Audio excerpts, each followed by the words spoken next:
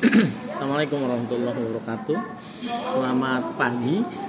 Pagi ini saya berada di resto sebuah hotel di kawasan Kota Subang. Insya Allah siang ini Selasa 4 Januari 2022 kami hendak berdiskusi dalam seminar nasional dengan tajuk besar Subang Simpul Ekonomi Kawasan Rebana dengan fokus pada peluang dan tantangan peningkatan performa birokrasi dan SDM unggul.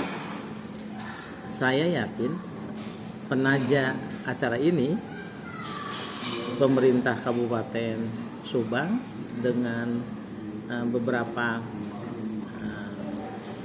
penggagas lainnya termasuk Pasundan Express sengaja menajakan acara yang luar biasa, seminar nasional yang bagaimana Subang mengantisipasi Subang sebagai simpul ekonomi di pertumbuhan segitiga rebana itu. Lalu bagaimana pula kesiapan performa dari birokrat, SDM birokrat dan SDM unggul yang ada di Kabupaten Subang. Saya kemudian menyiapkan bahan untuk diskusi kita pada siang nanti.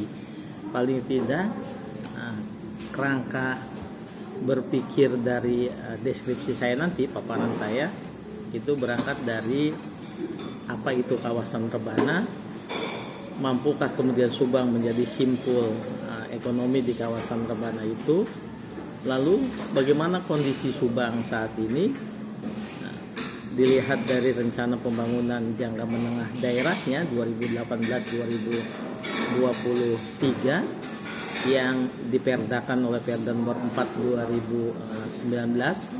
Lalu kemudian apa kaitannya dengan rencana pembangunan menengah provinsi dan tentu saja apa yang ada di RPJMN serta RKP pemerintah pusat di 2021-2022. Nah, di bagian berikutnya saya mencoba menganalisis peluang peningkatan performa birokrasi dan sumber daya unggul itu, kemudian apa saja tantangan dalam rangka peningkatan performa itu. Nah, sahabat pembelajar, di bagian awal saya membahas bahwa kita semua paham bahwa ada segitiga pertumbuhan ekonomi baru yang meliputi wilayah kawasannya itu sebetulnya adalah Jawa Barat bagian timur dan utara. Jadi utara, kemudian timur laut dan timur tentu saja, yang meliputi wilayah administrasi pemerintahannya itu yang pertama Kabupaten Cirebon, Kota Cirebon, Kota Kuningan, Kabupaten Kuningan, Kabupaten Majalengka, kemudian Kabupaten Sumedang, Kabupaten Indramayu, dan tentu saja Kabupaten Subang. Nah, kenapa kemudian disebut rebana?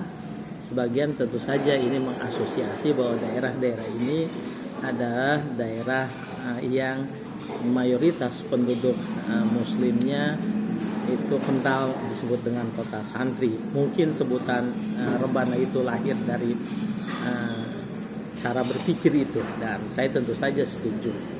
Tetapi bisa saja rebana itu singkatan dari re-nya itu Cirebon begitu, kemudian banyak ada yang Patimban, dan na-nya itu ada Kertajati, walaupun agak tidak nyambung sedikit. Tetapi yang bisa kita pahami adalah di kawasan rebana ini memang sudah tumbuh beberapa pembangunan yang baik by design, tapi juga ada satu accident misalnya, akhirnya kemudian terjadi pembangunan yang luar biasa di daerah ini.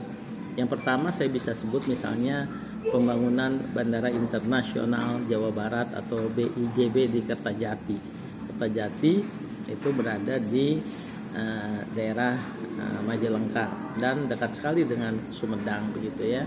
Kemudian Subang itu mendapat berkah dengan tidak jadinya pembangunan pelabuhan internasional yang semula berada di Karawang Timur ya, dan akhirnya pindahlah kemudian ke sebuah desa kecil namanya Patimban, Kecamatan Pusaka, sekitar 49 kiloan dari pusat kota Subang.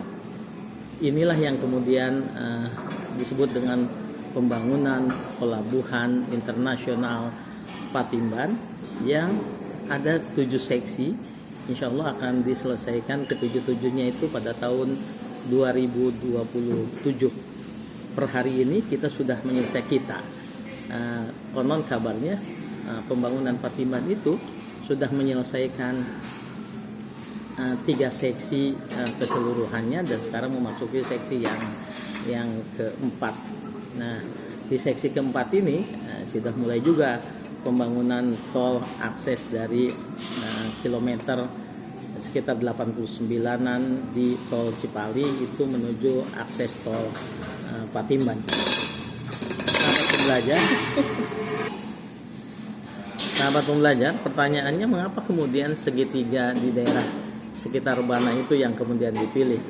Ada beberapa keuntungan mengapa kemudian segitiga Rebana itu dipilih. Yang pertama, karena kawasan sebelumnya pembangunan di Jawa Barat itu kan bertumpu di kawasan barat Jawa Barat, yaitu Bekasi, kota Bekasi, kemudian Karawang, sekitar Cikarang, itu yang kita paham. Di sana pertumbuhannya demikian pesat. Nah, banyak kota-kota baru muncul di sekitar kawasan itu, dan kawasan barat konon sebagian pengamat ekonomi mengatakan sudah jenuh. Kemudian yang kedua, di kawasan barat yang saya ceritakan tadi itu upah kerjanya terus naik, dan tentu saja bagi sebagian investor upah kerja adalah komponen yang sangat diperhatikan begitu ya.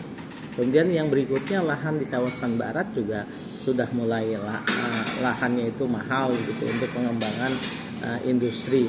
Lalu yang itu tadi, adanya pembangunan bandara di Kertajati, adanya pelabuhan di Patimban, Kecamatan Pusaka, Kabupaten Subang, dan Cirebon yang terus bertumbuh juga. Menangkap peluang ini, di berbagai kesempatan Gubernur Jawa Barat Ridwan Kamil mengatakan bahwa saya, kata beliau, ingin mengawal, memastikan opportunity ekonomi kawasan ini agar tumbuh tetapi tidak berantakan. Begitu kira-kira pesan yang disampaikan RK.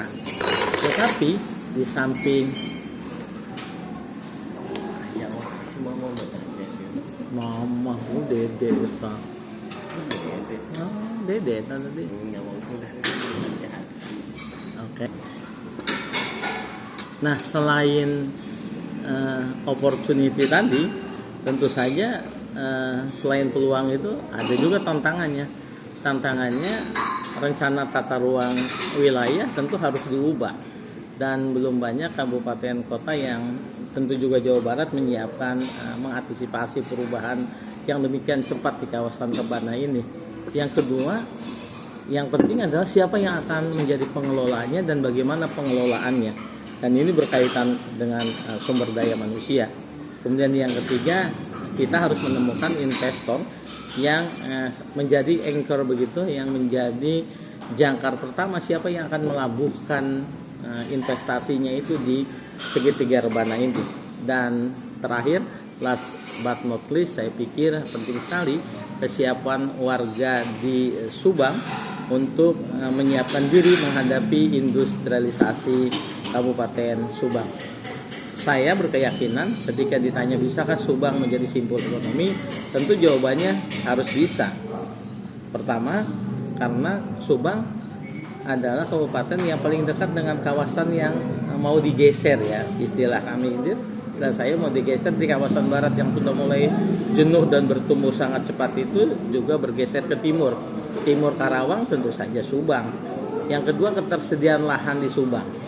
Kita paham Subang itu banyak tanah ex-HGU, yang juga ada tanah perkebunan, ada juga tanah-tanah yang bahkan di berbagai tempat di Pantura itu ada tanah timbul yang memang juga belum disiapkan peruntukannya. Meskipun di beberapa desa termasuk Patimban, tanah timbul itu sudah juga direkayasa oleh masyarakat bertahun-tahun dan juga sudah diatur oleh pemerintah desanya. Kemudian yang ketiga tentu saja tenaga kerja. Subang itu jangan salah loh, jumlah penduduknya nyaris menyentuh angka 1.600.000 penduduk, dan ini adalah mayoritas produktif. Tentu saja ini adalah tenaga kerja yang potensial. Lalu yang tadi itu Patimban itu selain punya Patimban, Subang juga dilalui oleh Tol Cipali dan Cisumdawu nanti.